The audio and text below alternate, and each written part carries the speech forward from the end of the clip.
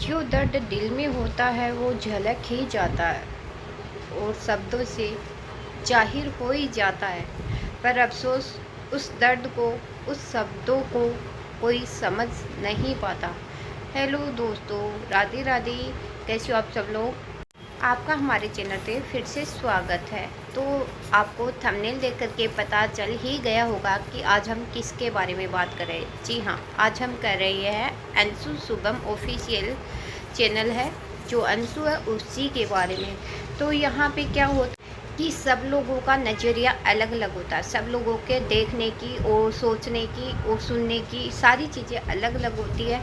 सुन लेते हैं, लेकिन समझने और सोचने का सबका तरीका अलग अलग होता है। तो हम एक इंसान कुछ सोचेगा एक ही बात को और दूसरा कुछ सोचेगा। तो इसी तरीके से अंशु के भी साथ कुछ ऐसा ही है। कुछ लोग अच्छे कमेंट करते हैं, कुछ बुरे भी करते हैं, कुछ मतलब मुँह फट बोल देते हैं उसको।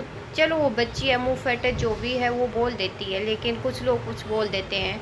लेकिन क्या होता है कि हम कुछ जो उसके दर्द है ना, उसका जो दर्द है उसको है ना कम ही लोग समझ पाते हैं। सच में ये बात बिल्कुल सही है, क्योंकि अंशु का जो दर्द है शब्दों से झलकता ना, वो बहुत कम लोग समझ पाते हैं। और ये नहीं होता कि हम मतलब पूरा क्लियर खुल करके बोले। और वो बहुत नादान बच्ची सी है, और जिसके माँ बाप चले जाते हैं छोटी उम्र में, और फिर एक भाई होता वो भी चला जाता, तो उस पर क्या बीतती है वो, मतलब माइंडली इतना डिस्टर्ब हो जाते हैं कि हम सोच भी नहीं सकते। तो अंशु के ऊपर बहुत बुरी, इनमें से आधे लोग बोल देते हैं कि ये अपनी सास से बनाकर नहीं रखती। इनमें से आधे लोग ये भी बोल देते हैं कि सास को ऐसा नहीं करना चाहिए। तो हर तरह के लोग होते हैं, लेकिन एक लड़की के लिए कितना मुश्किल होता है दूसरे घर में एडजस्ट होना शादी के बाद, ये सब लड़कियां जानती है। और अंशु का तो कुछ ऐसा ही है कि उसकी माँ नहीं थी, तो उसको इतना किसने बताया? किसी ने नहीं बताया कि ससुराल में कैसे रहना, क्या करना। क्योंकि सचिन की मम्मी के पास भी वो थोड़े शादी के थोड़े दिन पहले ही आई थी, और इतने में वो क्या सिखाती और क्या ना। तो बस यही है, एक माँ जितना अपनी बेटी को सिखाती है, एक माँ को देखकर बेटी जो सीखती है वो कैसे सीखेगी अकेली रह कर के? वो नहीं सीख सकती। लेकिन लोगों का फिर भी नज़रिया अलग ही रहता है। अंशु जब बोलती है ना, तो उसके एक एक शब्द को गौर से सुना करो, क्योंकि उसके हर एक शब्द में दर्द झलकता है। और आज का वीडियो था ना, उसमें उसने बोला है कि मुझे ऐसे लगा था कि मेरे शादी के बाद मतलब मेरे को पूरी फैमिली मिलेगी, सारी मतलब सब लोगों के साथ मैं रहूँगी, लेकिन ऐसा नहीं हुआ। तो हर लड़की यही सोचती है कि उसको अच्छा परिवार मिले, सबके साथ हंस खेल करके रहे। कोई नहीं चाहता कि मतलब घर में अकेली रहे, कोई नहीं चाहता ये। लेकिन क्या होता है, कुछ परिस्थितियाँ होती है, तो कुछ उस टाइम पे सिचुएशन ऐसी हो जाती है जिसका। और अंशु का आज के वीडियो में देखा था कि अंशु जब घर में अकेली थी तो वो बहुत ज़्यादा डर रही थी कि कोई आ जाएगा, कोई आ जाएगा। अब लोग इसको भी है ना मतलब गलत ही टारगेट कर लेंगे कुछ लोग, कि ये तो ड्रामेबाज है, ये तो ड्रामे करती है। इतना किसको डर लगता है भाई? सबको लगता है, क्योंकि नई नई जगह है जाते हैं ना, तब तो डर तो लगता ही है। ज़्यादातर लड़कियों को लगते हैं, यहाँ तक कि मेरे को भी बहुत ज़्यादा लगता था। लेकिन हर इंसान अलग अलग होता है, कुछ लड़कियों को डर लगता है, कुछ को नहीं भी लगता है। तो सबका अलग अलग होता है। तो वो बेचारी आज कितना रो रही थी। और सच में ना, आंसू ऐसे नहीं निकलते, दिखावे के लिए आंसू कभी नहीं निकलते हैं। लेकिन इसमें एक अच्छी बात यह है कि अंशु को शुभम जैसा पति मिला, जो उसके लिए बहुत सौभाग्य की बात है। और अंशु ने आज जो टाइटल डाला था ना, सच में दिल को छू गया। उसमें लिखा था कि मैं बाहर वालों के लिए अपनी पत्नी को नहीं छोड़ सकता, और होना भी ऐसा ही चाहिए। बाहर वाले कुछ भी कहे, उसके लिए ना तो अपनी पत्नी से लड़ना चाहिए और न ही अपनी पत्नी को छोड़ना चाहिए। क्योंकि ये परिस्थितियाँ है, ये बदलती रहती है, लेकिन जो साथ में है वो कभी जाने के बाद वापस नहीं आते हैं। तो बस इस बात का ध्यान रखना चाहिए। चाहे अपने मम्मी पापा हो, चाहे घर पे परिवार हो, सब संभलता रहेगा, समय के अनुसार सब कुछ बदलता रहेगा। लेकिन जो खो जाता है वो दोबारा नहीं मिलता है। तो इस बात का हमें सच में ध्यान रखना चाहिए। और अच्छा मानती हूँ, भगवान से यही प्रार्थना करते हैं कि अंशु और शुभम का प्यार और उन दोनों का साथ ऐसे ही बना रहे, क्योंकि हम कभी किसी को गलत नहीं ठहरा सकते। जो उन पे बीती है सिर्फ वो ही जानते हैं। अंशु की मम्मी पापा नहीं है, उस दर्द को वो समझती है जितना हम नहीं समझते। और शुभम का ही नहीं, हर लड़के को ये ऐसा ही होना चाहिए, अपनी पत्नी की इज्जत करनी चाहिए। और कोई भी बाहर वाला हो उसके लिए अपनी पत्नी को कभी नहीं छोड़ना चाहिए। बाहर वाले साथ कभी नहीं देते, एक पत्नी ही हमेशा साथ रहेगी। और ये बातें लड़कियों पे भी लागू होती है कि बाहर वालों के लिए अपने पति को कभी ना छोड़े।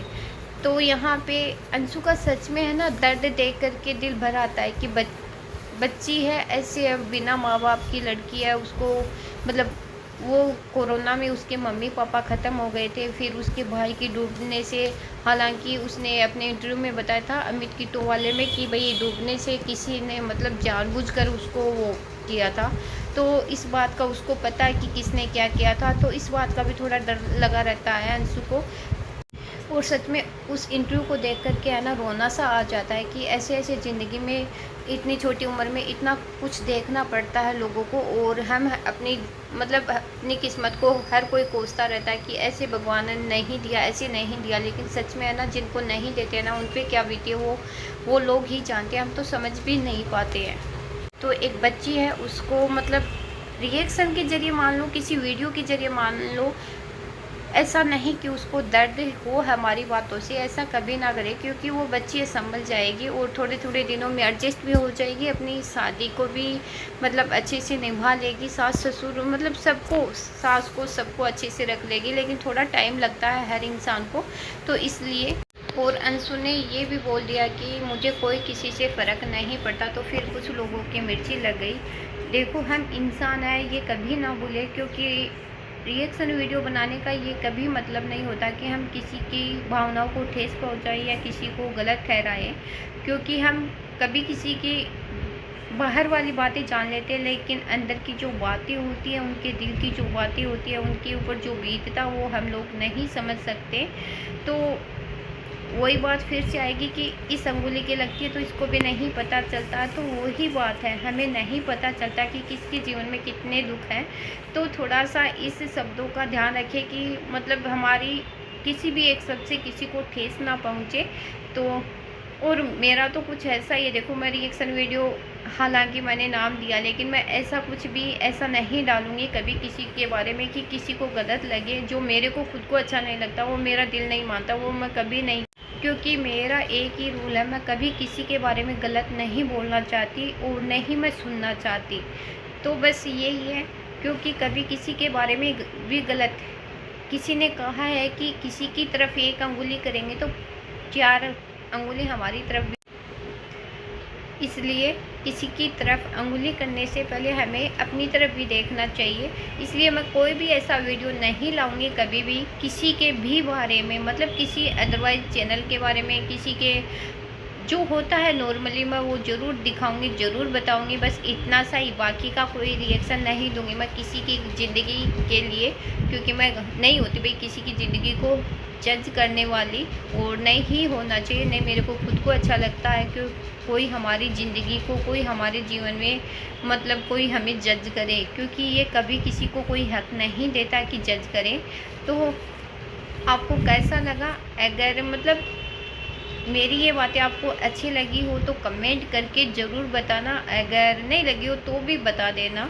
तो मिलते हैं नए वीडियो में, तब तक बाय बाय, टेक केयर।